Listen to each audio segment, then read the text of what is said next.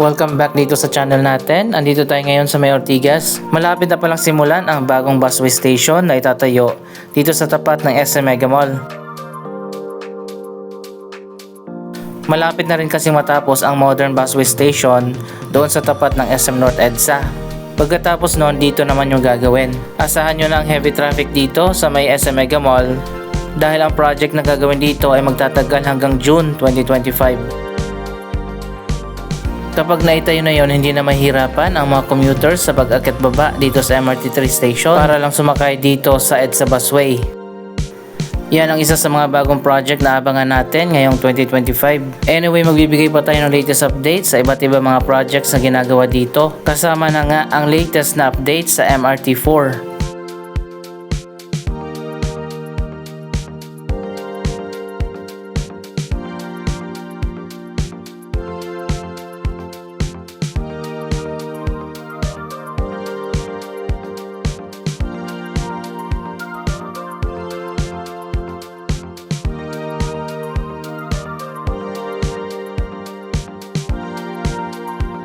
Ano kayang itatayo dito sa malawak na area sa pagitan ng Podium at Asian Development Bank?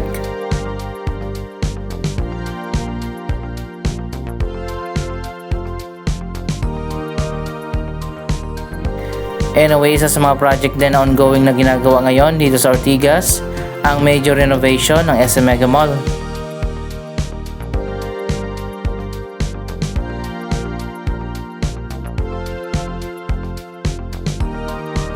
Sa ngayon dito muna sa Building A, nagsisimula ang renovation. Magkakaroon dito ng Sky Garden. Abangan natin ang bagong design ng SM Mega Mall kapag natapos na ang proyektong ito.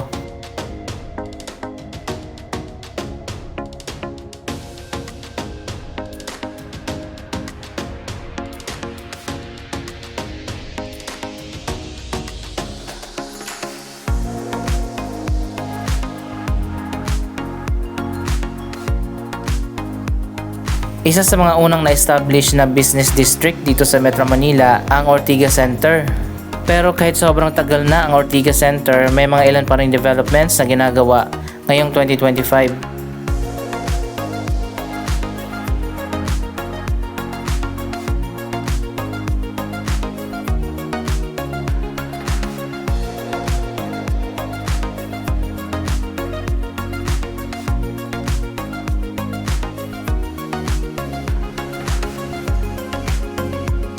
Unti-unti na rin nababago ang skyline ng Ortigas. Yung mga lumang building dito ay napapalitan na ng mga bago.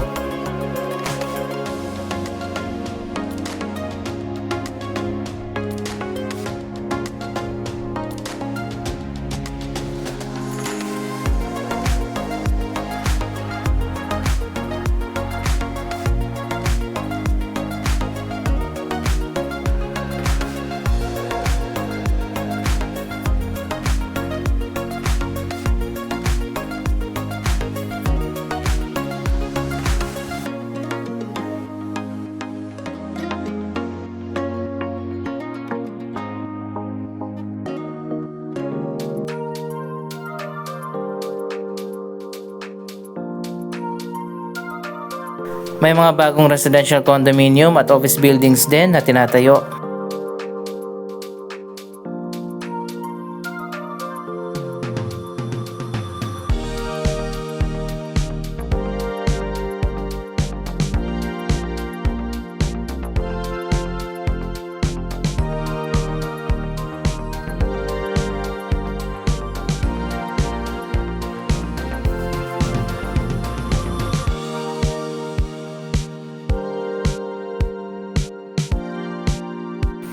Isa sa mga kilalang landmark dito ang The Podium.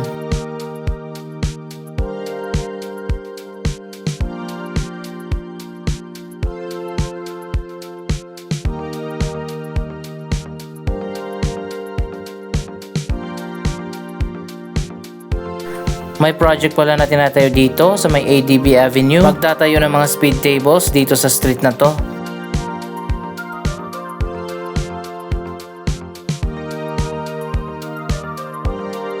Kailangan na rin ng Ortigas Center na mag-rehabilitate katulad na lang sa mga walkways na medyo luma na. Napag-iwanan na ang Ortigas Center ng Makati at BGC.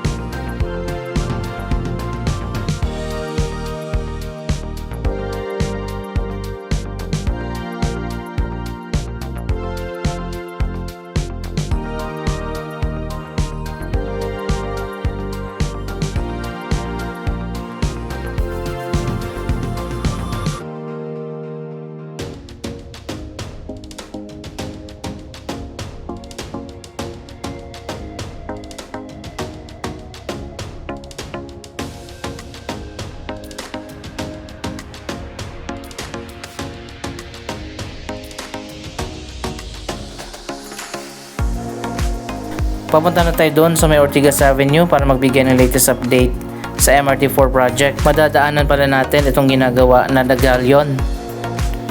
Dalawang tower ang tinatayo dito, isang residential at isang office building.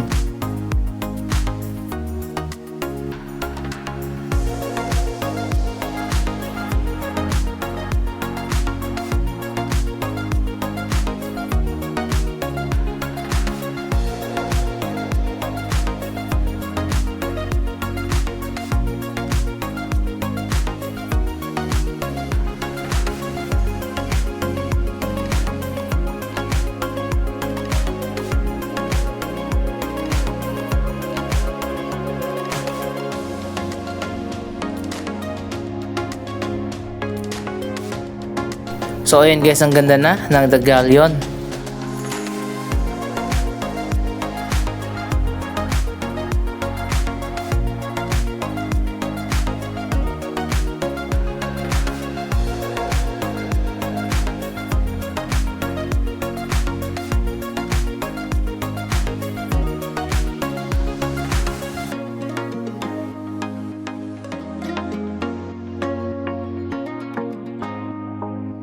Anyway, andito na nga tayo sa may Ortigas Avenue.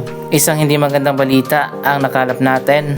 Ayon pa mismo sa Department of Transportation, hindi na nga matutuloy ang pagtatayo ng MRT4 project ngayong 2025.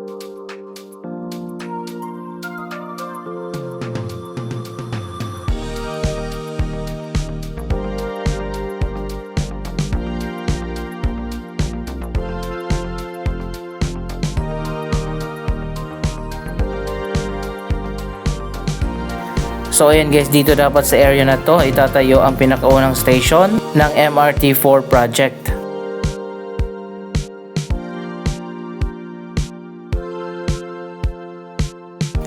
Ayon nga sa Department of Transportation, hindi na matutuloy ngayong 2025 ang pagsisimula sa pagtatayo ng MRT4. Pero ayon pa sa DOTR, posibleng masimula na ang proyektong yan sa susunod na taon, 2026.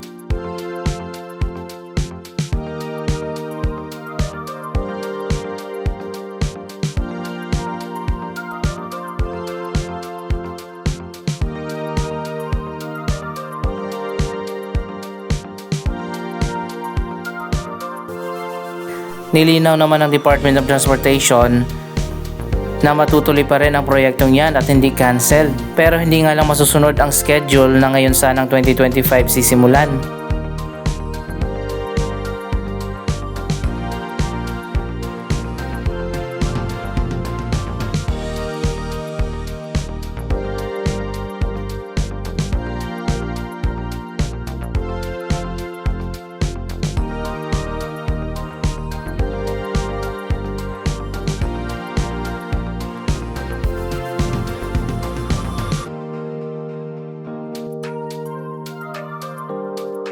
Ilang beses na rin na na-delay ang pagtatayo ng MRT4 project. Nagkaroon na rin ng pagbabago sa proyektong ito. Originally, ang MRT4 ay isang monorail project. Pero pagkatapos ng ginawang feasibility study, hindi kakayanin ng monorail ang inaasahan na volume ng mga pasahero na sasakay dito. Mula sa pagiging monorail, magiging metro railway na ang MRT4.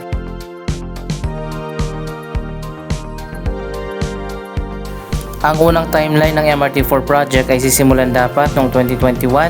at magagamit na sana ngayong 2025 pero hindi nga natuloy yon at inilipat ang schedule sa 2024 pero hindi rin natuloy. Ngayon na sanang 2025 ang simula pero ayon nga sa latest update hindi na matutuloy sa 2026 na. Ang original na ruta ng MRT4 mula San Juan hanggang Taytay Rizal ay nabago na rin. Hindi na nga didiretso doon sa may San Juan hanggang dyan na lang sa may EDSA hanggang Taytay Rizal at magkakaroon pa rin ng 10 mga station. Anyway guys, nandito tayo sa may Meralco Avenue. Tingnan na rin natin ang location ng Metro Manila Subway Ortigas Station.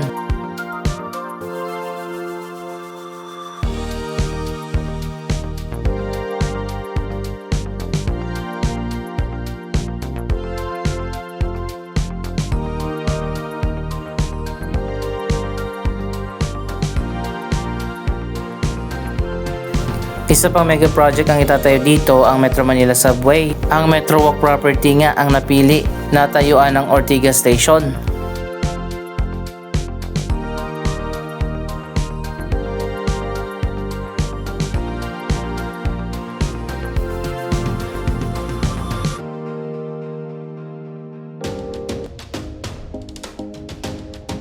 Andito na tayo sa loob ng Metro Walk. Ito yung unang bisita natin ngayong 2025. Sa ngayon buo pa rin ang Metro Walk Commercial Complex at hindi pa rin dinidemolish. Ibig sabihin hindi pa itatayo ang subway station.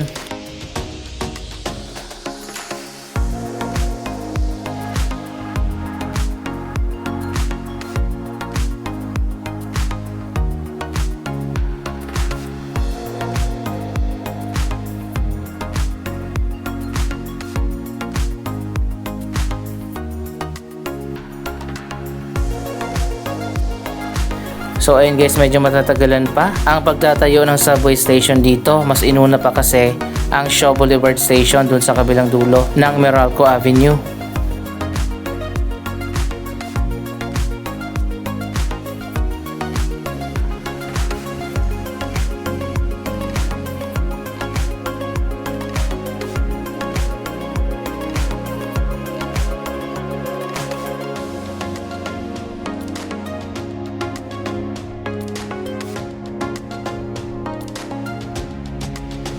Malawak din pala itong area ng Metro Walk property. Isa pang possible project na itatayo dito, ang PBA Arena. Sa ngayon under negotiation pa ang PBA at ang LCS Group. Kapag nagkaroon na ng agreement, dito posibleng itayo ang bagong PBA Arena.